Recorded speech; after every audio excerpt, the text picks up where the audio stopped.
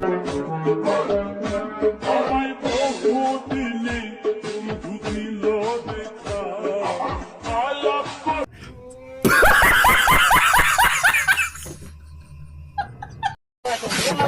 ঠিক আছে?